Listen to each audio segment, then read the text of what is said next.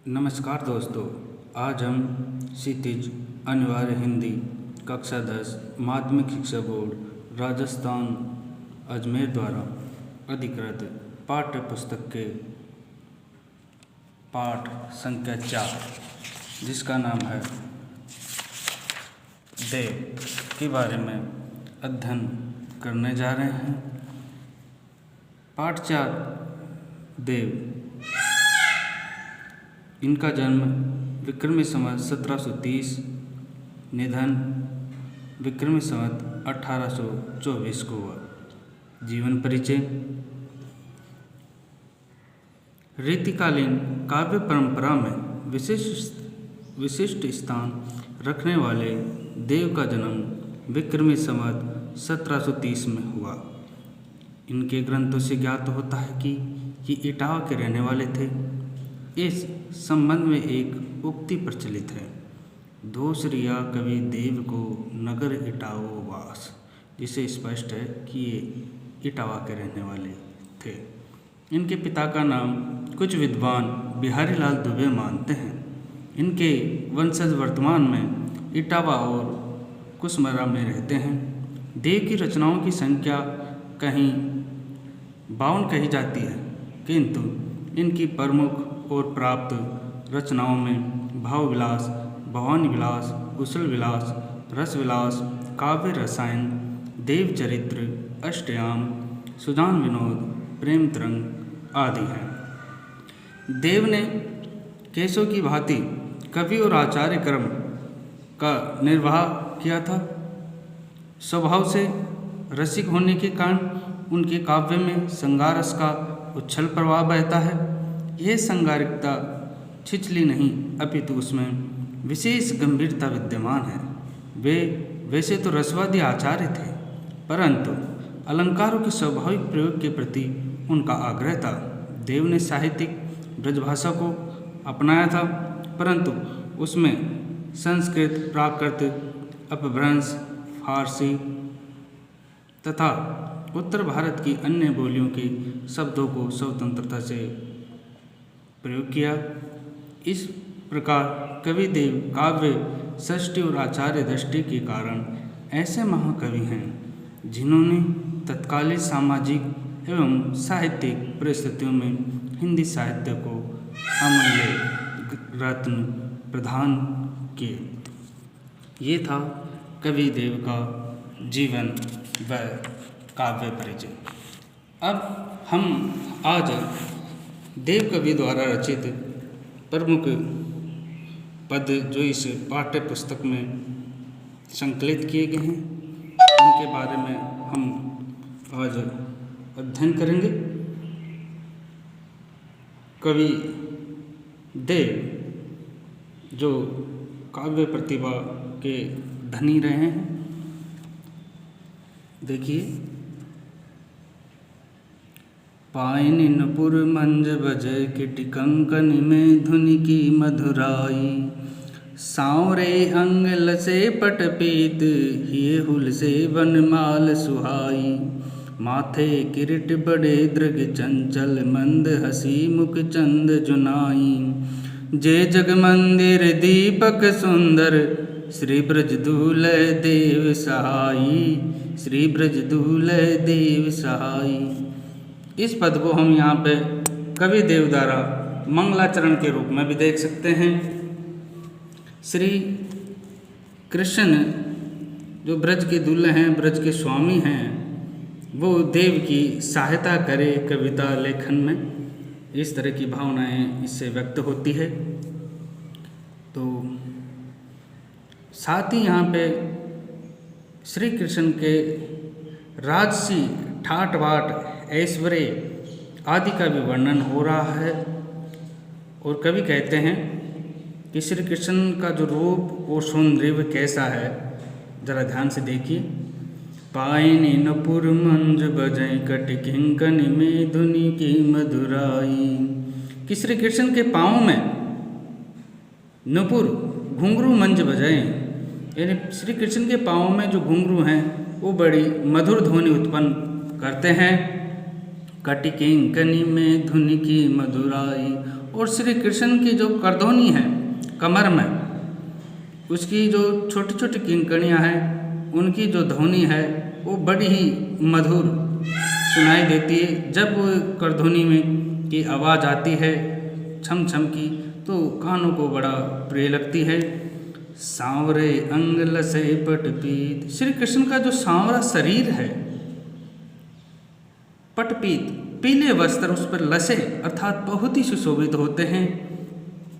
हिये हुल सही बन माल सुहाई, हिये अर्थात हृदय पे या छाती पर हुल से प्रसन्न वन फूलों की माला बड़ी ही सुशोभित होती है।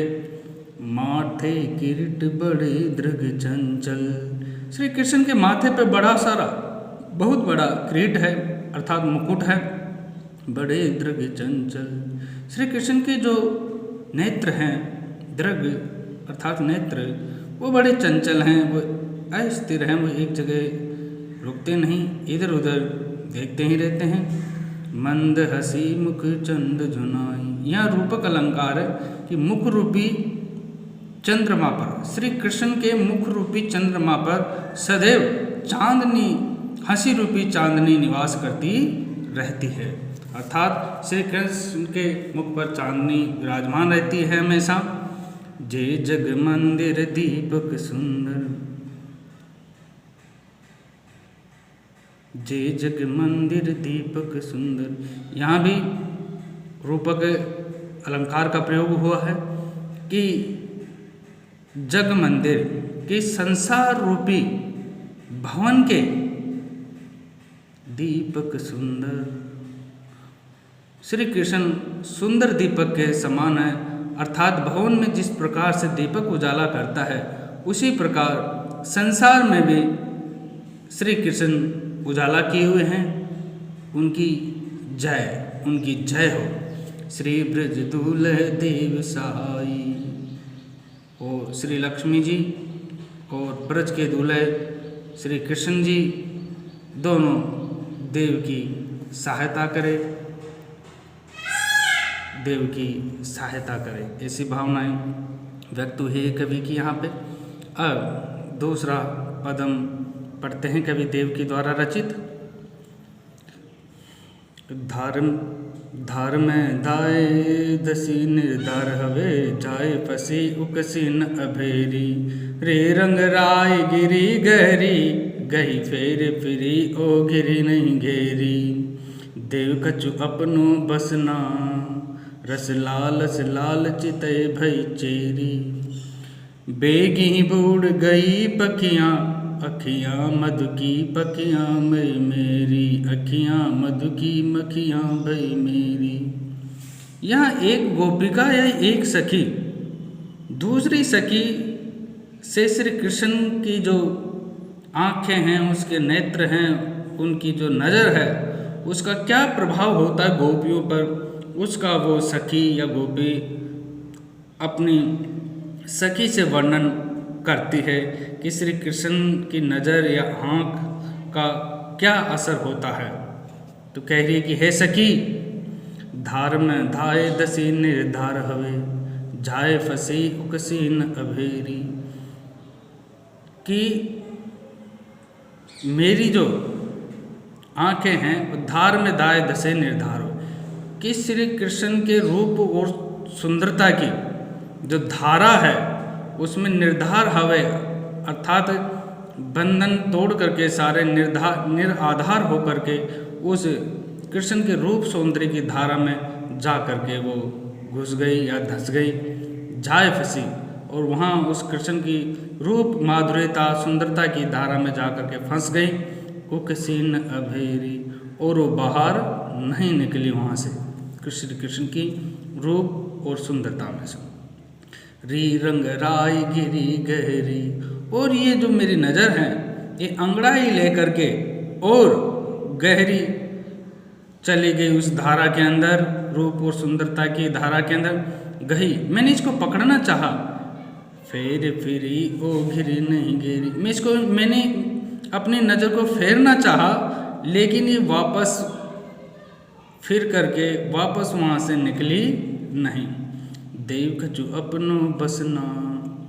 कवि देव वर्णन करते हैं कि वह सखी कहती है कि हे सखी, अब मेरा अपनो बसना, मेरा अपने पर अब कोई भी नियंत्रण नहीं है, क्योंकि रस लालच लालच तई भई चेरी। ये जो मेरे नेत्र हैं, ये मेरे जो नयन हैं, मेरी आंखें हैं, ये श्री कृष्ण के रूप और सुंदरता, रस लालच, उनकी रूप और सुंदरता का पान करने की लालची हो गई है।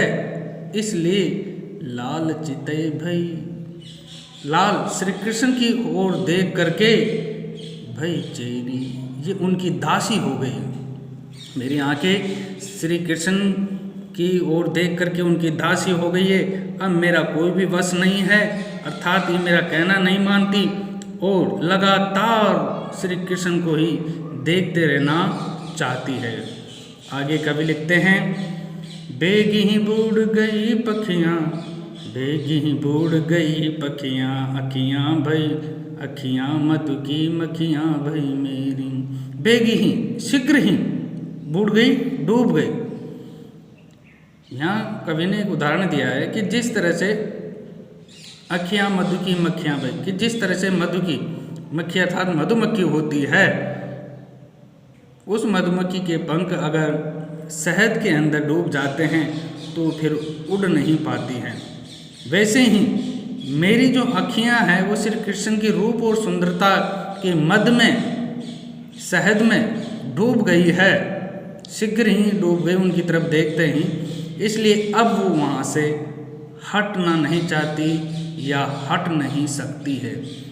जिस तरह से मधुमक्खी के पंख शहद में चिपक जाते हैं उसकी चिकनाहट के कारण, तो वो उड़ नहीं पाती हैं, वैसे ही श्री कृष्ण की रूप और सुंदरता का एक बार दर्शन कर लेने के पश्चात वो ऐसी उस चिपक जाती है कि श्री कृष्ण के रूप और सुंदरता के अलावा और कुछ देखना ही नहीं चाहती है।